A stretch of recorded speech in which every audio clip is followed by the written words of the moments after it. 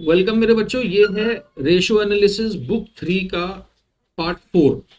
कुछ क्वेश्चंस मैं आप लोगों के साथ अगेन इस वीडियो के अंदर मैं डिस्कस करूंगा। ये जो क्वेश्चंस होंगे ये 6 के मल्टीपल्स में होंगे। We would be dealing with practical problem number 48, 54, 60, 66 and 72।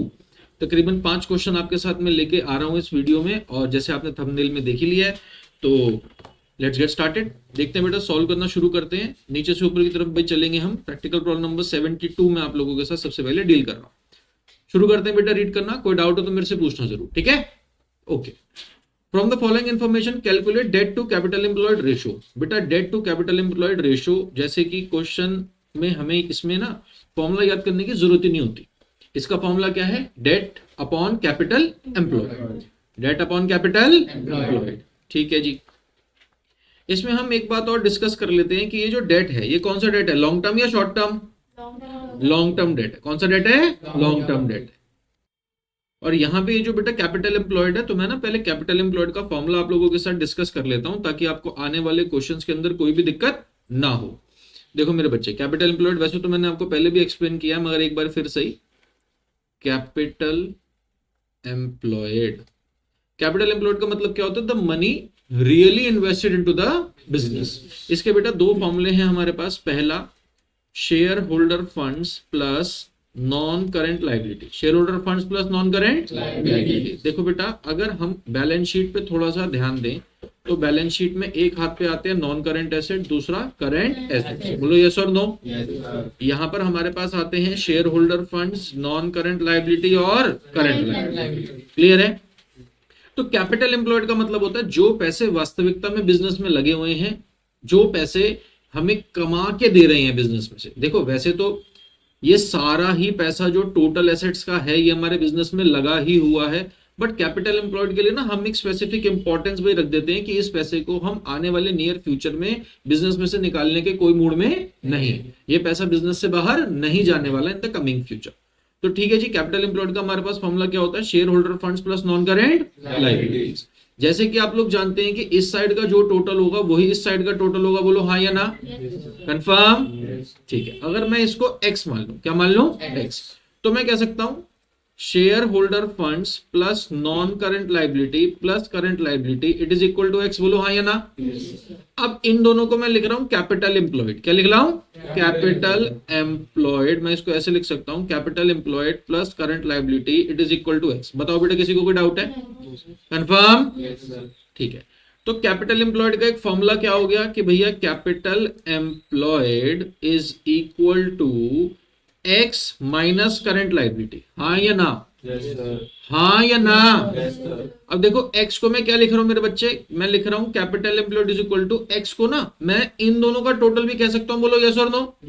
तो मैंने क्या कहा? Capital employed is equal to non current assets plus current assets minus current liability. तो एक फॉर्मूला हमारे पास तैयार हो गया दूसरा कैपिटल भाई एम्प्लॉयड का, non current assets plus working capital.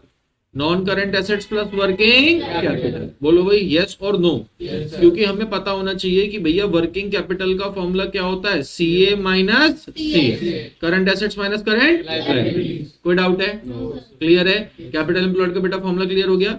तो अगर आपको पेपर में या क्वेश्चन में वो कैलकुलेट करने के लिए कह रहा है भैया debt to capital employed ratio, तो आपको पता होना चाहिए debt to capital employed ratio का फॉर्मूला क्या है? Debt upon capital employed. Debt upon capital employed, जिसमें कैपिटल एम्प्लॉयड कैसे निकालते हैं ये मैंने आपको सिखा दिया। कोई डाउट है? क्लियर? दोनों फॉर्मूले सीख गए? ठीक है। और इसमें जो डेट है वो कौन सा डेट है? लॉन्ग टर्म या short term? Long term debt, जिसमें आते हैं long term borrowing plus long term provision. Long term borrowing plus long term provision. Fair enough? Question solving पर आए? ठीक है। Back to practical problem number 72। अब देखते हैं क्वेश्चन बेटा, रीड करते हैं। From the following information calculate debt to capital employed ratio. Debt और कैपिटल एम्प्लॉयड इसका डेट अपॉन कैपिटल एम्प्लॉयड इसका फॉर्मूला है। डेट में हमें long term by provision plus long term borrowing चाहिए, और कैपिटल एम्प्लॉयड में क्या आता है वो मैंने आपको बता दिया। शेयर होल्डर फंड्स गिवन है, लॉन्ग टर्म बोरोइंग गिवन है, करंट लायबिलिटी है, नॉन करंट एसेट्स है, करंट एसेट्स है। तो ठीक है मेरे बच्चों, अगर मैं इसको ऐसे बोलूं कि सबसे पहले अगर मुझे डेट ढूंढना है तो डेट के नाम पे मुझे क्या क्या गिवन है मैं ग्रीन कलर से मार्क करने की कोशिश करता हूं। बेटा डेट के नाम पे मुझे गिवन है लॉन्ग टर्म बोरोइंग्स यानी कि 9% डिवेंचर। बोलो यस और नो। कोई डाउट? ठीक है जी, तो मैं इसकी वैल्यू लिख सकता हूं क्लियर 12 lakhs, बोलो यस और नो। ठीक है, और अगर मुझे यहाँ पे कैपिटल एम्प्लॉयड जानना है तो कैपिटल एम्प्लॉयड के लिए मेरे पास क्या होना चाहिए, share holder funds plus non current liability. तो शेयर होल्डर फंड्स मेरे को ऊपर मेंशन किए कितने 24 lakhs, बोलो यस और no. Plus non current liabilities मेरे को पता ही है कितनी है 12 lakhs, तो टोटल कितने हो गए 36 lakhs, बोलो कोई डाउट, कंफर्म। ठीक है जी, तो कैपिटल एम्प्लॉयड की वैल्यू मेरे पास निकल कर आ गई 36 lakhs। इसको मैं सॉल्व कर रहा हूं तो आंसर कितना आ रहा है 1:3। बुक में आंसर चेक करो, प्रैक्टिकल प्रॉब्लम नंबर 72 आंसर 1:3 यही है। ठीक है मेरे बच्चों, this was question practical problem number 72। Now we can head towards practical problem number 66। देखें इधर क्या आ रहा है, हाँ 1 को बेटा 1:3 को आप सॉल्व करेंगे तो 0.33:1 ये आंसर दे रखा होगा, नथिंग एल्स। बोलो कोई डाउट, बोलो मेरे बच्चों।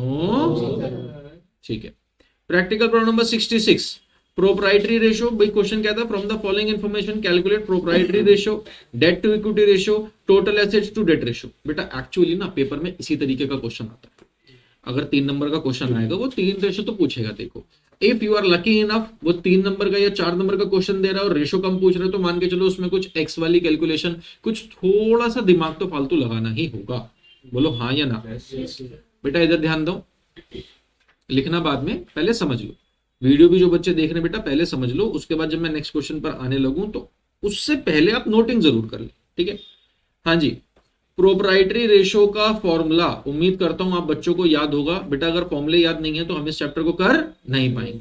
प्रोप्राइटरी रेशो का फॉर्मूला होता है share holder funds divided by total assets, share holder funds divided by total assets. Debt to equity ratio, ओहो बहुत मुश्किल रेशो है ये, इसका फॉर्मूला होता है डेट अपॉन इक्विटी। कितना मुश्किल हुआ है, तब याद ही नहीं होता है ना। अच्छा, total assets to debt ratio, ओहो बहुत मुश्किल, दोबारा से क्या formula, total assets divided by debt. ठीक है, कुछ बहुत मुश्किल तो नहीं है, चलें आगे। ठीक है, तो मैं क्या करता हूं, मैं ना अपने पास बेटा रफ में एक छोटी सी बैलेंस शीट बना लेता हूं, क्योंकि मेरे को ना थोड़ा सा कॉन्फिडेंस आ जाता है बैलेंस शीट बना के कि I am not missing on any part. I suggest you the same कि आप भी जब बैलेंस शीट भाई बना लोगे तो थोड़ा सा कॉन्फिडेंस में रहते हो, बना लिया करो। टोटल डेट हमें गिवन है 18 लाख, तो मैं ऐसे लिख लेता हूं नॉन करंट लायबिलिटी और करंट लायबिलिटी, इनका टोटल गिवन है मुझे, बोलो यस और नो। ठीक है जी, इनका टोटल मुझे कितना गिवन है 18 लाख। टोटल डेट का मतलब बेटा यही है कि मेरी जितनी भी देनदारी है लॉन्ग टर्म भी और शॉर्ट टर्म भी, दोनों को मिला के वैल्यू कितनी आ रही है 18 लाख। अच्छा जी, आगे वो क्या कह रहा है, कैपिटल एम्प्लॉयड भाई कितना है 15 लाख। कैपिटल एम्प्लॉयड कितना है 15 लाख। इस बात को भैया मैं लिख लेता हूं कि जी कैपिटल एम्प्लॉयड है 15 lakhs। करंट एसेट्स, यहां पर करंट एसेट्स मुझको गिवन है 7,50,000। वर्किंग कैपिटल, वर्किंग कैपिटल को मुझको फॉर्मूला भाई मालूम है, working capital is equal to CA minus CL। Working capital है 1,50,000, बोलो कोई डाउट। करंट एसेट्स वो मुझको बता ही रहा है 7,50,000, तो यहां से करंट लायबिलिटी की वैल्यू निकल आएगी, हाँ या ना। ठीक है, ये थोड़ा सा विजिबल नहीं हो रहा, इसको इधर कर लेते हैं। ठीक है, इधर एक लाइन खींच लेते। ओके, अब देखें इधर, यहां से अब बेटा मैं करंट लायबिलिटी की वैल्यू निकाल सकता हूं। 750 में से क्या माइनस हुआ होगा कि 150 आ रहा है, तो आंसर कितना है 6 लाख। 6 लाख क्या हो गई मेरे पास करंट लायबिलिटी, बोलो कोई डाउट। अगर यहां पे करंट लायबिलिटी की वैल्यू 6 लाख है तो नॉन करंट लायबिलिटी की कितनी हो गई 12 लाख। वेरी गुड, क्योंकि नॉन करंट लायबिलिटी और करंट लायबिलिटी का टोटल 18 है, जब उनमें से एक 6 है तो दूसरे की वैल्यू कितनी है 12। कितनी है 12। चलो भैया ये मेरे पास 12 लाख आ गया, कोई डाउट है बोलो। ठीक है जी, चलिए अब आगे। अब हमें चाहिए था, क्या क्या चाहिए था भाई साहब हमारे पास, देखो बेटा अब जो रेलेवेंट डिटेल्स हमारे पास निकल कर आएंगे ना सॉल्व होकर, उनको हम एक जगह अलग से शॉर्ट में भाई लिख लेते हैं ताकि थोड़ा वर्कआउट करने के लिए स्पेस मिल जाए, बोलो यस और नो। ठीक है, मैं आप लोगों के लिए थोड़ा ऊपर यहाँ पर मेंशन कर देता हूँ क्या क्या चीजें हमारे पास आ गई हैं। हमें पता पड़ गया है नॉन करंट लायबिलिटी की वैल्यू कितनी है 12 लाख। हमें पता पड़ गया है करंट लायबिलिटी की वैल्यू कितनी है 6 लाख। टोटल डेट तो यहाँ पे मेंशन है, ठीक है। हमें क्वेश्चन में मेंशन था कि भाई साहब करंट एसेट्स की वैल्यू है 7.5 लाख, करंट लायबिलिटी की वैल्यू हमने निकाल ली है 6 लाख। बोलो बेटा कोई दिक्कत, कोई डाउट, कोई परेशानी? ठीक है जी। अब इस सबको मैं यहां से वाइप कर देता हूं, ये मेरे लिए रिक्वायर्ड नहीं है। देखिए नेक्स्ट बेटा, क्वेश्चन हमें बताता है कैपिटल एम्प्लॉयड। तो भैया कैपिटल एम्प्लॉयड का एक फॉर्मूला सीखा था हमने। क्या सीखा था बेटा अभी हमने कैपिटल एम्प्लॉयड का formula? Share holder funds plus non current liability. Share holder funds plus non current liabilities. तो मैं वही फॉर्मूला यहाँ पे यूज करता हूँ, share holder funds plus non current liability. Capital employed मेरे को गिवन है 15 लाख। बोलो यस और नो? शेयर होल्डर फंड्स अभी मेरे को पता नहीं है, उसकी जगह मैं as it is share holder funds ही लिख रहा हूं। और नॉन करंट लायबिलिटी की वैल्यू बेटा मैंने यहां पर कैलकुलेट कर ली, कितनी है? 12 लाख। कितनी है? तो शेयर होल्डर फंड्स मेरे पास आ गए 3 लाख। बोलो यस और नो? दिक्कत, डाउट, परेशानी? कंफर्म? बस अब मैं यहां पर दोबारा से छोटी सी बैलेंस शीट बना के आप लोगों को एक चीज प्रूव कर देता हूं कि भाई साहब यहां पे आता है share holder funds, non current liability और current liability. Share holder funds की हमने वैल्यू निकाली है 3 लाख, नॉन करंट लायबिलिटी की 12 लाख और करंट लायबिलिटी की 6 लाख। तो यही हमारे पास हो जाएगा टोटल ऑफ एसेट्स। बोलो यस और नो? क्योंकि total of liability side must be equal to the total of assets side. जो इस साइड का टोटल होगा वही दूसरी साइड का टोटल होगा। बोलो हाँ या ना? 12 और 3 21 आ रहा है टोटल। अरे वाह, तू तो कैलकुलेटर से भी तेज है मेरे भाई। ठीक है, तो टोटल हमारे पास कितने आ गए? 21 lakhs। कोई डाउट? ठीक है। Now I believe that we have achieved whatever was required in the question. जो भी रेलेवेंट डिटेल्स थी वो शायद हमने निकाल ली हैं। अब बेटा सारे फॉर्मूलाज में एक बार लिखता हूं और अप्लाई करके आपको वैल्यूज निकालनी शुरू करता हूं। सबसे पहले भैया हमें निकालना था प्रोपराइटरी रेशियो, जिसका फॉर्मूला क्या था? Share holder funds divided by total assets. तो भाई शेयर होल्डर फंड्स का हमारे पास वैल्यू कितना निकल कर आया? 3 लाख। और टोटल ऑफ एसेट्स कितना है? 21 लाख। तो 3/21 करेंगे बेटा अगर हम इसको, और मल्टीप्लाई बाय 100 भी है, तो कितना परसेंटेज आ रहा है हमारे पास? 14.29%। 14.29%। इसका मतलब क्या है कि टोटल एसेट्स के अंदर शेयर होल्डर के खुद के कितने पैसे लगे हुए हैं? तो आंसर है 14.29%। टोटल एसेट्स में से शेयर होल्डर की खुद की इन्वेस्टमेंट, प्रोपराइटर मतलब ओनर, भाई प्रोपराइटर मतलब ओनर, प्रोपराइटरी रेशियो मतलब ओनर के खुद के कितने पैसे लगे हुए हैं? तो आंसर इज 14.29%। हाँ बेटा मल्टीप्लाई बाय 100 करते हैं ना। चलो जी नेक्स्ट देखो, बी हमारे पास क्या है? Debt to equity. तो डेट हमारे पास लॉन्ग टर्म लायबिलिटी कितनी आई थी? इसका मैं फॉर्मूला लिख लेता हूं, डेट अपॉन इक्विटी। तो ठीक है जी, डेट हमारे पास कितने निकल कर आए थे? 12 लाख। और इक्विटी यानी कि शेयर होल्डर फंड हमने कितने निकाले? 3 लाख। तो आंसर कितना आ गया? 4:1। बोलो यस और नो? किसी को कोई डाउट? ठीक है जी, आगे चलते हैं। तीसरी चीज सी पार्ट, हमने यहाँ पे क्या निकालना था? Total asset to debt ratio. Total asset divided by debt. तो टोटल एसेट्स हम लोगों ने भैया कितने निकाले थे? 21 लैक्स। हाँ या ना? और डेट हमारे पास कितना भाई सर? डेट यानी कि नॉन करंट लायबिलिटी 12 लाख। तो इसको अगर हम सॉल्व करेंगे तो क्या आ रहा है? 1.75:1। ठीक है मेरे बच्चों, बोलो जी, बोलो बोलो, कोई डाउट? ठीक है। कुछ बच्चों के फेशियल एक्सप्रेशंस, जो बच्चे ऑफलाइन कोई क्लास में बैठे हैं, ऐसा लग रहा है कि सर एक बार ये क्वेश्चन रीडू करा दो, दोबारा से समझा दो। तो बेटा जब ऑफलाइन बच्चों को दोबारा समझना, हो सकता है ऑनलाइन में भी समझना हो, तो इस क्वेश्चन को मैं एक बार फिर से आपको रिकैप करा देता हूं। देखते हैं। देखो मेरे प्यारे प्यारे बच्चों, बी और सी पार्ट में परसेंटेज में निकलेगा? नहीं बेटा, कुछ रेशियोज टाइम्स में निकलते हैं, कुछ प्योर रेशियो के फॉर्म में भाई निकलते हैं। डिपेंड करता है रेशियो टू रेशियो।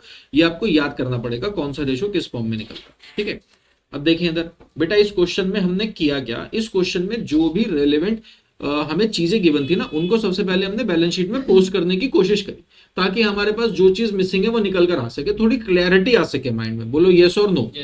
तो मैं आपको वो बैलेंस शीट एक बार फिर से भैया बना के दिखा देता हूं। उस बैलेंस शीट को जब हमने ड्रॉ किया तो हमने ना चीजें लिख ली कि क्या क्या आती हैं। एक आता है नॉन करंट एसेट, दूसरा क्या आता है? Current asset. यहाँ पर आता है शेयर होल्डर फंड्स, फिर आता है नॉन करंट लायबिलिटी और करंट लायबिलिटी। फिर हम उनको ना फॉर्मूले वाइज भी लिखते चले गए। जैसे हमें सबसे पहले गिवन था टोटल डेट। तो ठीक है भैया, टोटल डेट का फॉर्मूला क्या होता है? Non current liability plus current liability. तो ये हमें गिवन है 18 लैक्स। ये हमें 18 लाख गिवन था, इन दोनों का टोटल। बोलो कोई डाउट? ठीक है जी, ये हमने टोटल डेट को डील कर लिया। फिर था कैपिटल एम्प्लॉयड। कैपिटल एम्प्लॉयड मतलब इन दोनों का टोटल गिवन था। बोलो बेटा कोई दिक्कत, कोई डाउट, कोई परेशानी? कैपिटल एम्प्लॉयड का मतलब शेयर होल्डर फंड्स और नॉन करंट लाइबिलिटी का हमें टोटल गिवन था, तो ये चीज भी हमने लिख ली कि जी कैपिटल एम्प्लॉयड का हमें फॉर्मूला होता है share holder funds plus non current liability, और ये हमें गिवन था 15। चलो जी, इक्वल टू, फिर हमें गिवन था करंट एसेट्स और वर्किंग कैपिटल। ये भी हमने लिख लिया कि जी वर्किंग कैपिटल का फॉर्मूला क्या होता है, CA माइनस CL, जहां पे वर्किंग कैपिटल की हमें वैल्यू गिवन है 1.5 लाख और करंट एसेट्स की वैल्यू कितनी गिवन है 7.5 लाख। बोलो बेटा दिक्कत और परेशानी? ये जितनी भी इंफॉर्मेशन हमें गिवन थी वो मैंने आपको लिख दी है। अब उसे सॉल्व करके हमने आंसर कैसे निकाला मैं वो आपको दिखाता हूं। तो यहां से हमारे पास करंट लाइबिलिटी की वैल्यू आ गई कि भाई करंट लाइबिलिटी ये माइनस में, तो हमने उसको वहां शिफ्ट कर लिया। बोलो कोई डाउट? ये पॉजिटिव हो गया और 1.5 नेगेटिव हो गया, तो हमारे पास करंट लाइबिलिटी की वैल्यू आ गई 6। बोलो कोई डाउट? इस करंट लाइबिलिटी को जब हमने यहां पे पुट कर दिया 6, तो यहां पे मुझे नॉन करंट लाइबिलिटी की वैल्यू मिल गई। बोलो कोई डाउट? बोलो मेरे बच्चों। तो यहां से मुझे नॉन करंट लाइबिलिटी की वैल्यू मिल गई 12 लाख। किसी को कोई डाउट है? फिर उस नॉन करंट लाइबिलिटी की वैल्यू में को यहां पे मैंने 12 पुट करा, तो मेरे पास ये निकल कर आ गया 3 बैलेंसिंग फिगर। बोलो कोई डाउट? कंफर्म? क्लियर? फिर एक जो मेरे को बैलेंस शीट बना के बात पता पड़ी, वो ये बात भाई पता पड़ी कि अगर शेयर होल्डर फंड्स 3 है, नॉन करंट लाइबिलिटी 12 है, करंट लाइबिलिटी 6 है, तो टोटल ऑफ एसेट्स मुझे पता पड़ गया क्या है 21। क्या है 21। तो फॉर्मूले में काम आने वाली सारी ही चीजें अब मैं निकाल चुका हूं। आप ऊपर जैसे यहां पे देख भी सकते हैं कि share holder funds bye total assets, तो शेयर होल्डर फंड्स भी मेरे पास थे यहां पर। बोलो यस और नो? ये रहे मेरे पास शेयर होल्डर फंड्स और ये रहे मेरे पास टोटल एसेट्स। तो 3/21 करा तो मेरे पास ये वाला आंसर आ गया 3/21 मल्टीप्लाई बाय 100। बोलो कोई डाउट? फिर debt by equity, debt by equity, debt हमने यहां पे निकाल लिया था नॉन करंट लाइबिलिटी, और ये रहा मेरे पास इक्विटी। बोलो कोई डाउट? फिर हमारे पास फॉर्मूला था टोटल एसेट्स बाय डेट, तो ये रहा भाई साहब टोटल एसेट, और ये रहे हमारे पास डेट। क्लियर है? इस तरीके से बेटा हमने ये वाला क्वेश्चन किया। नेक्स्ट क्वेश्चन पर आते हैं। आज की क्लास का नेक्स्ट क्वेश्चन है question number 60, practical problem number 60 आप ही की बुक का। हाँ जी और शेयर होल्डर फंड सेम होते हैं? बेटा इक्विटी शेयर कैपिटल और शेयर होल्डर फंड्स में थोड़ा सा फर्क है कि share holder fund is a broader concept, उसके अंदर प्रेफरेंस शेयर कैपिटल भी जुड़ता है। ठीक है? आपने यहाँ पे इक्विटी की जगह आपने शेयर होल्डर फंड की डाली। किसकी जगह बेटा? Question number debt to equity ratio में 66 में क्या किया? 3 लाख जो है आपने इक्विटी जो डाला आपने वाले पार्ट में, आपने शेयर होल्डर फंड को डाली। बेटा equity and share holder funds is one and the same thing. Equity share capital particularly is different, क्योंकि शेयर होल्डर फंड्स एक बड़ा एस्पेक्ट है, इक्विटी के अंदर सब कुछ आता है। ठीक है? शेयर होल्डर फंड्स के अंदर प्रेफरेंस शेयर कैपिटल भी जुड़ता है, इक्विटी शेयर कैपिटल भी जुड़ता है, दोनों आते हैं उसके अंदर। ठीक है? इक्विटी बोलो शेयर होल्डर फंड्स बोलो, one and the same thing. आओ जी इधर, प्रैक्टिकल प्रॉब्लम नंबर 60।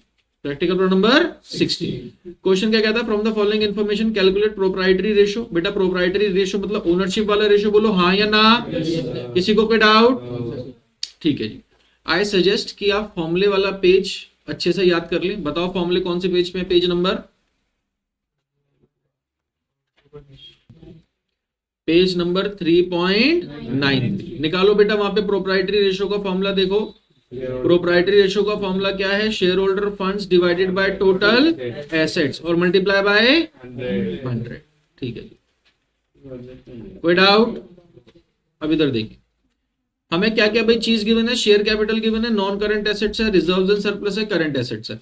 तो भैया फिर से हमें क्या बनानी पड़ सकती है यहाँ पे? Balance sheet. क्या बनानी भाई पड़ सकती है? Balance sheet. अगर आप ओरली कर पा रहे हैं इस क्वेश्चन को बहुत ही बढ़िया, नहीं तो मैं तो ये सजेस्ट करूंगा बैलेंस शीट बना के करें, आसान रहता है। यहाँ पर आते हैं नॉन करंट एसेट्स, यहाँ पे करंट एसेट्स, यहाँ पे शेयर होल्डर फंड्स, यहाँ पे नॉन करंट लाइबिलिटी और यहाँ पे current liability. Share capital given है 3, यहाँ पे भैया 3 लिख लिया। बेटा इधर देखें, लिखना बाद में, समझना पहले। शेयर होल्डर फंड्स हमें गिवन है 3, हमने यहाँ पे लिख लिया। बोलो कोई डाउट? ठीक है जी। तो फॉर्मूले में भी हम पुट अपनी इसको भाई करके देखते हैं। ये शेयर कैपिटल है बेटा, वर्ड्स को ना ध्यान से भाई समझने की कोशिश करना। देखो, there is a slight difference between what we want in the formula and what is given in the question. फर्क समझना। यहाँ पे क्या गिवन है? शेयर कैपिटल, और यहाँ पे क्या गिवन है? Reserves and surplus. यहाँ पे हमें क्या चाहिए? Share holder funds. Share holder funds. देखो मेरी बात समझो, जब हम कहते हैं शेयर होल्डर फंड्स तो हमारे कहने का मतलब होता है share capital plus reserves and surplus. Share capital plus reserves and surplus. किसी को कोई डाउट? कंफर्म? ठीक है, ध्यान रखना बेटा इस बात का। तो यहां पर भैया हमें जो गिवन है शेयर कैपिटल वो है 3 और रिजर्व्स एंड सरप्लस की वैल्यू गिवन है 1,80,000। तो यहां पे मैं जोड़ देता हूं कि मेरे पास यहां पे 3 अकेला नहीं है, क्या क्या है, 3 प्लस 1,80,000 यानी कि टोटल कितना हो गया 4,80,000। बोलो बेटा किसी को कोई दिक्कत, कोई डाउट, कोई परेशानी? कंफर्म? चलूं आगे? ठीक है, नेक्स्ट मुझे क्वेश्चन में गिवन है भैया नॉन करंट एसेट्स जिनका टोटल है 13,20,000 और करंट एसेट्स जिनका टोटल कितना है 6 लाख। तो एसेट साइड पे तो यही आता है, तो मेरे को यहां से टोटल एसेट्स मालूम पड़ जाएंगे। बोलो यस और नो? 13 और 6 कितने हो गए? 19,20,000। 19,20,000। बेटा हमने इसको सॉल्व करा, क्या आंसर आया बताओ? कितना आ रहा है? 25% इज द रिक्वायर्ड आंसर। बोलो भैया दिक्कत और परेशानी? बुक में आंसर टैली कर लो, यही है?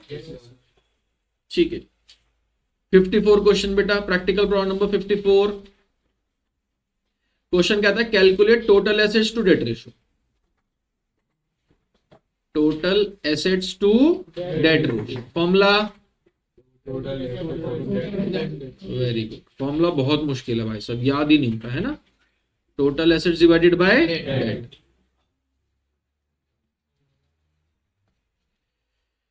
क्वेश्चन हमें टोटल डेट दे रहा है, share holder funds, reserve and surplus, current assets, working capital. फिर से भाई वही बात, हमें क्या बनानी पड़ेगी? Balance sheet. क्या बनानी पड़ेगी? Balance sheet. बैलेंस शीट बनाते ही क्लियरिटी आ जाएगी। बैलेंस शीट नहीं बनाएंगे, ओरली करने की कोशिश करेंगे तो गलती के चांसेस कम या ज्यादा? ज्यादा। लिख लेते हैं, हमें गिवन है टोटल डेट। टोटल डेट का मतलब क्या है? Non current liability plus current liability, जिसकी वैल्यू हमें गिवन है 60। ठीक है जी, share holder funds, non current liability, non current assets और करंट एसेट्स। ठीक है जी, शेयर होल्डर फंड्स गिवन है जिनकी वैल्यू है 10 और टोटल डेट गिवन थे, इन दोनों का मुझको टोटल गिवन था 60। चलूं आगे? Reserves and surplus bye given है। अच्छा फिर से बेटा जरा ध्यान से पढ़ो, ये क्या गिवन है? Share holder funds. Share holder funds. और ये क्या गिवन है? Reserves and surplus. हमने अभी पीछे क्या बात करी थी? हमने पीछे क्या बात करी थी कि भाई साहब अगर शेयर होल्डर फंड्स की बातचीत होती है तो उसके अंदर क्या आता है? शेयर कैपिटल और रिजर्व्स एंड सरप्लस। पिछले क्वेश्चन के अंदर हमें क्या गिवन था? शेयर कैपिटल गिवन था। क्या गिवन था? शेयर कैपिटल गिवन था और रिजर्व्स एंड सरप्लस। तो यहां पे रिजर्व्स एंड सरप्लस को शेयर कैपिटल में जोड़कर ही हमने शेयर होल्डर फंड्स निकाला था। बोलो हाँ या ना? बोलो यस और नो? देखो बेटा, अगर किसी को कोई डाउट है तो इस बात को दोबारा भाई समझ लो। यहां पर इस क्वेश्चन में और पिछले क्वेश्चन में भाई फर्क वाली बात क्या थी, इधर देख लो, यहां समझो। हमें शेयर कैपिटल यहां पे गिवन थी 3 लाख और हमें रिजर्व्स एंड सरप्लस गिवन था 1.8 लाख। इसलिए जब हमने शेयर होल्डर फंड्स निकाला तो उसको इन दोनों को टोटल करना पड़ा था। बोलो हाँ या ना? तभी हमारे पास आंसर कितना आया था? 4,80,000। 4,80,000। मगर इस क्वेश्चन के अंदर हमें भैया क्या गिवन है? इस क्वेश्चन में हमें गिवन है share holder funds directly 10 lakh और हमें रिजर्व्स एंड सरप्लस गिवन है 2.5 लाख। हमें फॉर्मूले में क्या चाहिए भैया? अगर हमें शेयर होल्डर फंड्स यहां पे मैंने 10 लिख दिया तो क्या रिजर्व्स एंड सरप्लस मुझे दोबारा लिखने की जरूरत है? रिजर्व्स एंड सरप्लस मुझे दोबारा लिखने की जरूरत नहीं है, क्योंकि reserve and surplus already share holder funds में इंक्लूडेड है। बोलो कोई दिक्कत, कोई डाउट, कोई परेशानी? कंफर्म? ठीक है, आगे चलते हैं। ओके जी, अब नेक्स्ट हमें क्या गिवन है जी? नेक्स्ट हमें गिवन है यहाँ पे करंट एसेट्स 25 lakhs और वर्किंग कैपिटल। तो भैया वर्किंग कैपिटल का तो फॉर्मूला होता है, क्या होता है वर्किंग कैपिटल का formula? CA minus CL। Working capital मुझको गिवन है 5 लाख, करंट एसेट्स की वैल्यू गिवन है 25 लाख। ये क्वेश्चन में चीजें गिवन है। ओके, अब मैं इसे सॉल्व करना भाई शुरू करता हूं। अगर मैं यहाँ से करंट लाइबिलिटी की वैल्यू निकालना चाहूं तो निकल जाएगी, बोलो यस और नो। करंट लाइबिलिटी की वैल्यू हो गई 20, किसी को कोई डाउट? अगर यहाँ पे मैं करंट लाइबिलिटी की वैल्यू लिख देता हूं 20, तो नॉन करंट लाइबिलिटी की वैल्यू आ गई 40, बोलो यस और नो। क्योंकि यहाँ पर अगर 20 लिखूंगा तो यहाँ पर 40 मैंने कैलकुलेट कर लिया। किसी को कोई डाउट है? कंफर्म, ठीक है। हमें फॉर्मूले में चाहिए टोटल ऑफ एसेट्स, तो इस साइड से लाइबिलिटी साइड से टोटल ऑफ भाई एसेट्स आ जाएगा। यहाँ पे गिवन है 10 प्लस 60, 10 प्लस 60, टोटल कितना हो गया 70। टोटल कितना हो गया 70। तो टोटल एसेट्स आ गए 70 डिवाइडेड बाय डेट, यानी कि लॉन्ग टर्म भाई लाइबिलिटी हमारे पास कितनी है 40। इसको बेटा सॉल्व करेंगे, आंसर आ जाएगा, क्या आ रहा आंसर 1.75 रेशो 1। दिक्कत, डाउट? वही बात, बैलेंस शीट बनाओ, फॉर्मूले लिखो, सॉल्व करते चले जाओ। बैलेंस शीट बनाओ, फॉर्मूले लिखो, सॉल्व करते चले जाओ। कोई डाउट है? कंफर्म। टोटल एसेट्स कैसे आया बेटा? लाइबिलिटी साइड की सारी चीजें हमारे को गिवन थी, यहाँ पे नॉन करंट एसेट्स का टोटल गिवन नहीं था, तो हम इस साइड से तो टोटल एसेट साइड का निकाल ही नहीं सकते। यहाँ पे ये भी गिवन है, ये भी गिवन है, ये भी गिवन है, तीनों को टोटल कर दिया, आंसर आ गया। दोनों इक्वल होते हैं, इसीलिए लाइबिलिटी साइड के टोटल को भी हम टोटल ऑफ एसेट्स कह सकते हैं। क्लियर? ठीक है बेटा, ये है हमारे पास लास्ट क्वेश्चन इस वीडियो का, प्रैक्टिकल प्रॉब्लम नंबर 48 आपकी बुक का। आओ इसे सॉल्व करना भाई शुरू करते हैं। क्वेश्चन क्या कहता है? When debt to equity ratio is 2, debt to equity ratio में कितना गिवन है 2। क्वेश्चन कहता है state giving reason whether this ratio will increase, decrease or will have no change in each of the following cases। अगर हमारे पास debt to equity ratio given है 2, तो बेटा मैं कुछ इमेजिनरी वैल्यूज लिख लेता हूं। डेट अपॉन इक्विटी अगर 2:1 गिवन है, तो मैं इमेजिनरी वैल्यूज लिख लेता हूं भैया 20 lakhs डिवाइडेड बाय 10 lakhs। किसी को कोई डाउट? अब पॉइंट नंबर 1 क्या कहता है मेरे बच्चे? सेल ऑफ लैंड जिसकी बुक वैल्यू थी 4 लाख, वो हमने बेच दी 5 लाख। एक लैंड जिसकी बुक वैल्यू कितनी थी? बेच कितने में दी? प्रॉफिट या लॉस? प्रॉफिट के ऊपर किसका हक है? डिबेंचर होल्डर का या शेयर होल्डर का? शेयर होल्डर के बिजनेस में लगे हुए पैसे बढ़ गए मुनाफे की वजह से या कम हो गए? बढ़ गए। तो अगर शेयर होल्डर के पैसे बढ़ेंगे तो क्या बढ़ेगा, डेट या इक्विटी? इक्विटी। जब हमारा डिनोमिनेटर बढ़ जाएगा, डिनोमिनेटर बढ़ जाएगा, तो बेटा हमारा रेशो बढ़ेगा या कम हो जाएगा? कम हो जाएगा। मैं आपको एग्जांपल के तौर पे समझा भी देता हूं। अगर 10/2 था तो आंसर 5 आता है, अगर डिनोमिनेटर में 10/5 कर दूं तो आंसर 2 हो जाता है। तो 5 का क्या हो जाएगा 2, तो इंक्रीज हो गया या डिक्रीज हो गया? डिक्रीज हो गया। तो पहले पार्ट का आंसर क्या है? डिक्रीज। बोलो बेटा कोई डाउट? अच्छा, क्वेश्चन सिर्फ यहां खत्म नहीं होता डिक्रीज कहने से, वो कहता है स्टेट होगा क्या, गिविंग रीजन। तो आप रीजन क्या दोगे यहां पे? आप रीजन बताओगे कि profit on account of sale will be transferred to reserves and surplus which will increase the equity। बोलो बेटा दिक्कत और परेशानी? इतनी बात आपको लिखनी पड़ेगी, नहीं लिखेंगे तो मार्क्स भी नहीं मिलेगी। आगे बात समझ? ठीक है बेटा, आगे चलते हैं भाई साहब। नेक्स्ट हमें क्या चीज यहाँ पे गिवन है क्वेश्चन में, जरा रीड करते हैं। नेक्स्ट वो कहता है कि भाई साहब डेट टू इक्विटी रेशियो में क्या फर्क पड़ेगा? Issue of equity shares for purchase of plant and machinery worth 10 lakh rupees. हमने भाई साहब 10 लाख रुपए की प्लांट एंड मशीनरी खरीदी और उसके अगेंस्ट क्या इशू कर दिया?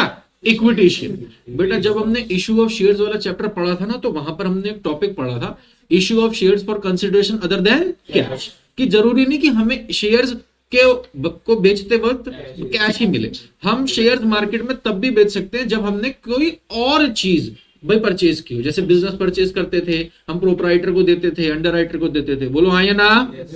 तो फॉर्मूला हमारे पास वही डेट इक्विटी रेशियो का, डेट अपॉन इक्विटी। यहां पर अब कौन सा एलिमेंट बढ़ा आप खुद बताओ। अगर इक्विटी बढ़ा, भाई शेयर इश्यू है तो क्या बढ़ा? इक्विटी। तो अगेन अगर इक्विटी बढ़ जाएगा, डिनोमिनेटर भी बढ़ जाएगा, तो रेशियो क्या होगा? डिक्रीज। आप इसमें रीजन क्या लिखेंगे? ड्यू टू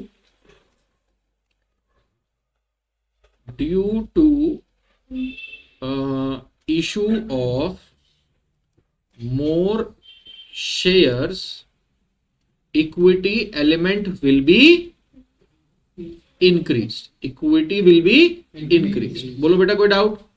और जिसकी वजह से ये रेशियो अपने आप में क्या हो जाएगा? डिक्रीज हो जाएगा। किसी को कोई डाउट है? ठीक है, लास्ट पार्ट बेटा, तीसरा पार्ट हमारे पास क्या कहता है? Issue of preference shares for redemption. भाई देखो वही है मुद्दा, वही same, issue of preference shares for redemption of 13% debenture. अच्छा ये भी कहता है फॉर रिडम्पशन ऑफ 13% डिबेंचर। इसको समझते हैं बेटा, ये एक इंपॉर्टेंट पार्ट है, थोड़ा सा अलग पहले वाले से। क्वेश्चन कहता है इशू ऑफ प्रेफरेंस शेयर, जिसकी वजह से हमारी इक्विटी बढ़ गई या कम हो गई? बढ़ गई। अगर हम प्रेफरेंस शेयर इशू करेंगे तो इक्विटी बढ़ गई। फॉर रिडम्पशन ऑफ डिबेंचर, अगर हम रिडम्पशन ऑफ डिबेंचर कर रहे हैं तो बेटा डिबेंचर की वैल्यू बढ़ गई कम हो गई? बोलो कम हो गई। तो हमारे पास डेट का एलिमेंट बढ़ गया या कम हो गया? कम हो गया। हमारा डेट बेटा हमने रिडम्पशन कर दी, रीपेमेंट कर दी, तो हमारे पास डेट बढ़ेगा कम होगा? कम होगा। बेटा आपको भाई समझ आ गया? ठीक है, हमारे पास भाई रेशो कितना था? 2:1। रेशो क्या था? 2:1। अब हमने क्या करना है? ऊपर हमारे पास डेट है, डेट को भैया कम कर दो, तो इसको कर दिया 1, और इक्विटी एलिमेंट को हमने भैया भाई बढ़ाना है, इसको कर दिया 2। तो रेशो पहले अगर 2 था तो अब क्या हो गया? 0.5। अब क्या हो गया? 0.5। तो again ratio will decrease, ratio will decrease. बोलो बेटा कोई दिक्कत, कोई डाउट, कोई परेशानी? कंफर्म? यस। चलूं अब आगे? तो नहीं चलूं बेटा, ये वीडियो यहीं खत्म हो गई है। मैंने आप लोगों को पहले भी बताया था कि अगर आप रेशियो एनालिसिस चैप्टर की तैयारी करने चाहते हैं तो बहुत सारे क्वेश्चंस है बेटा। We have almost 182 practical problems, but I guess approximately 30-35 practical problems मैं इन वीडियोस के थ्रू आपके साथ डील कर चुका हूं, उनका सॉल्यूशन। आप रैंडमली ऐसे ही बेटा क्वेश्चंस करोगे तो आपको ज्यादा बेनिफिट मिलेगा। बीच बीच में से 48, 54, 60, 66 मैंने बेटा इस बार 6 के मल्टीपल्स वही उठाए थे। नेक्स्ट वीडियोस के अंदर अब मैं 70 से मिसलेनियस से पहले जो क्वेश्चंस हैं उनके बीच में हम रैंडम मल्टीपल्स वही उठाऊंगा। आप तब तक फॉर्मूले याद करके रखें, आपके लिए यही काम है, और इन वीडियोस को देखकर जो एडजेसेंट क्वेश्चंस हो वो भी जरूर प्रैक्टिस करें। ठीक है, आज के लिए इतना ही बेटा, मिलते हैं अगली क्लास में। Bye bye, God bless, take care.